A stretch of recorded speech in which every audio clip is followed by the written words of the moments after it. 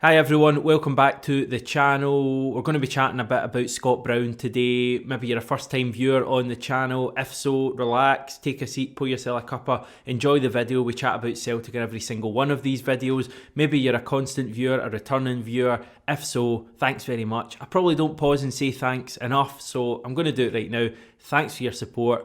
If you're not yet subscribed to the channel, now is your time to do it. We're chatting Scott Brown.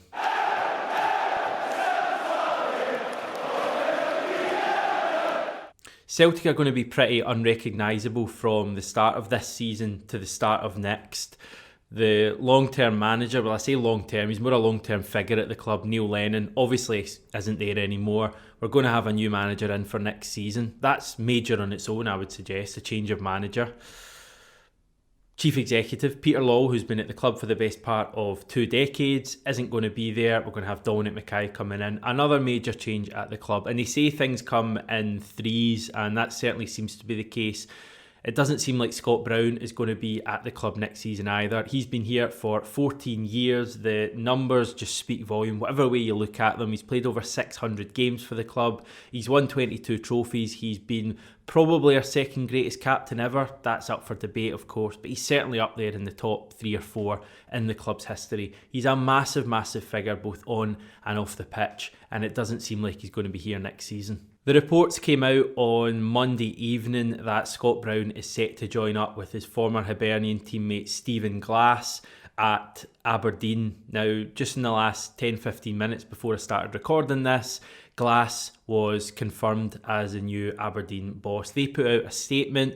In that statement, there were quotes from Glass, there was quotes from the Aberdeen chairman Dave Cormack, but there was no mention at all of Scott Brown. But it certainly seems like there is something substantial to this. It was reported by a number of different outlets on Monday evening that Brown would be joining up with Glass at Aberdeen from next season as the assistant manager, but also as a player.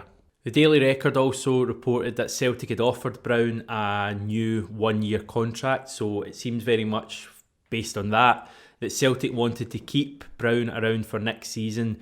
But while nothing has been confirmed yet, and it may not be for a wee while, it does certainly seem like Brown may be departing for Aberdeen ahead of next season.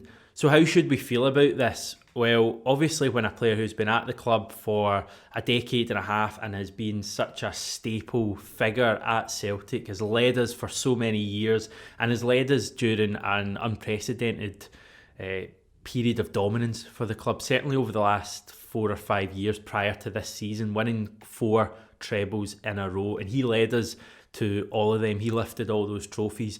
There's obviously going to be a fair bit of sadness that Brown will be leaving the club, that the so-called good times are over, although we've not had too many of them this season. It's like anything else when a figure who's been at the club for a long time moves on. The club weeps a little, but Celtic will always be bigger than any individual, even if it's Scott Brown, Henrik Larsson, Brendan Rodgers, and we will obviously carry on without them.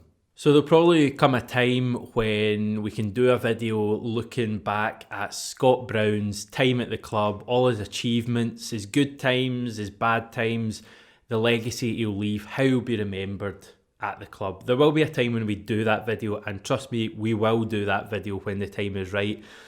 But now I want to kind of strip back all of the emotional feelings and look at it rationally. I want to get rid of the sentiment that, in my opinion, has held us back so much this season, and I want to address Scott Brown right now and ponder whether it's actually that bad a thing that he looks to be leaving the club. Because as I say, as sad as it is to see a player like that departing after all those years, I do think there's real positives to the fact that he looks like he's going to be leaving.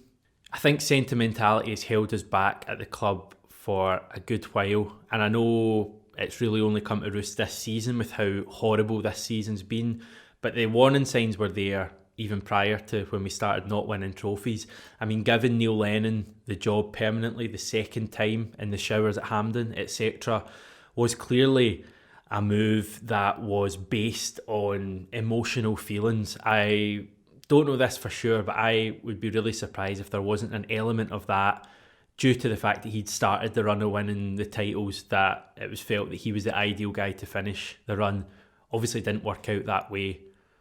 Also, you look at players like Lee Griffiths and Tom Rogic, who, if we're honest, haven't kicked a ball for 2 seasons, maybe even 3 seasons in Rogic's case, yet we still kind of cling on to them. And the fans are guilty of this as well, but we cling on to them with the hope that they can become those players again, when it's blindingly obvious they're not going to do that. Now, I wouldn't put Scott Brown in the same category as Rogic and Griffiths. I think Brown has offered us more in general over the last few years. But the club have been guilty of sentimentality towards Brown this season as well. Think back to the Scottish Cup final when Ismaila Soro was so clearly the better option to start that final against Hearts, and Neil Lennon made a point of saying he would be starting the players he trusted and the players that had got him to the final, and Scott Brown started the game. The match started well, but then we so nearly lost from 2 goals up to a championship side in a cup final at Hampden. That would have been unforgivable. That wouldn't have been solely down to Scott Brown,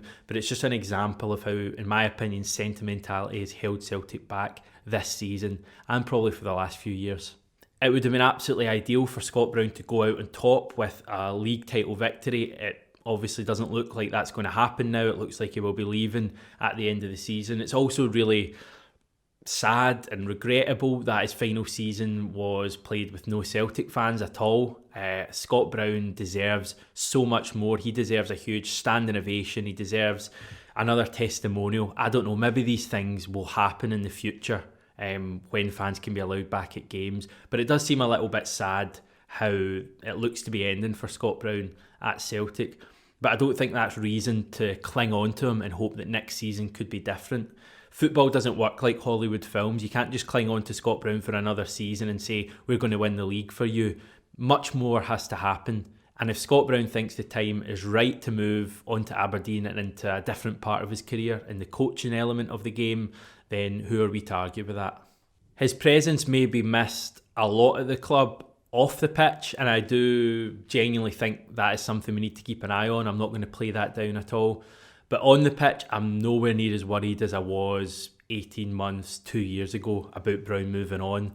I think over the last 2 or 3 years, anyone looking at Celtic has seen clearly that Callum McGregor is being built up and readied to be Scott Brown's successor. We've seen it so many occasions. Callum McGregor is the vice-captain. We heard Kieran Tierney talking about it last year, that McGregor would be the next captain.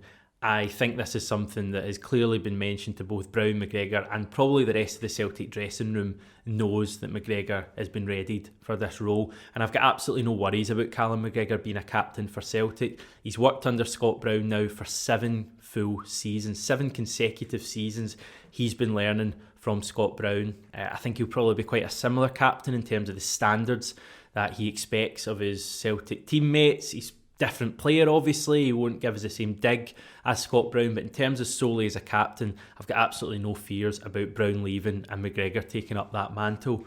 On the pitch, from the outside, Ismaila Soro looks like a pretty competent replacement for Brown as that holding midfielder, although it does seem like there's certain reservations about him at Lennoxtown, just based on the fact that Neil Lennon was so hesitant to play him, and John Kennedy up until now has been the same as well.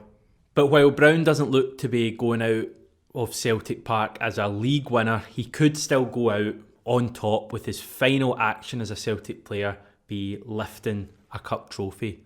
We're 5 games away from winning the Scottish Cup, and while I admit that seems a long, long way at the moment with a real struggling Celtic team that can't seem to beat any kind of opposition at the moment and has defensive worries and attacking worries, we are still just 5 wins away from doing that.